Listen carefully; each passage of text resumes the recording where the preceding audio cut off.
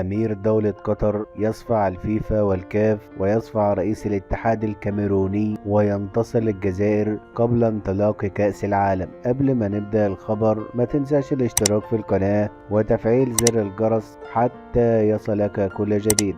انفردت صحيفة الوطن القطرية بلقاء حصري بالشيخ تميم أمير دولة قطر، وعن سؤال طرح عليه: هل توافق أن تكون الكاميرون في كأس العالم؟ قال الشيخ تميم: كنا نريد الجزائر في كأس العالم لأن الجزائر هي ستكون الممثل الحقيقي للقارة الإفريقية وسوف تمثل الوطن العربي. كنا نريد الجزائر في كأس العالم في دولة قطر، إن الجزائر ستكون مشرفة للدول العربية في كأس العالم والقارة الإفريقية، لكن الظلم الذي تعرضت له الجزائر في تصفيات كأس العالم من الحكم الجامبي بكاري جسامة بعض مسؤولين الاتحاد الإفريقي وعلى رأسهم رئيس الاتحاد الإفريقي عيسى حياته، الذي كان له دور أساسي في إقصاء الجزائر من كأس العالم.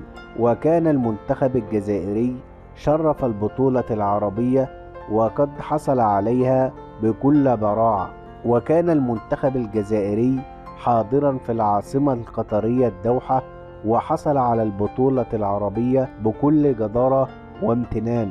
وأنا سأدعم المنتخب الجزائري في السنوات القادمة لكي يكون حاضرا في البطولات الكبرى. وأخيرا، لو أنت من عشاق المنتخب الجزائري والشعب الجزائري ما تنساش الاشتراك في القناة وتفعيل زر الجرس حتى يصلك كل جديد.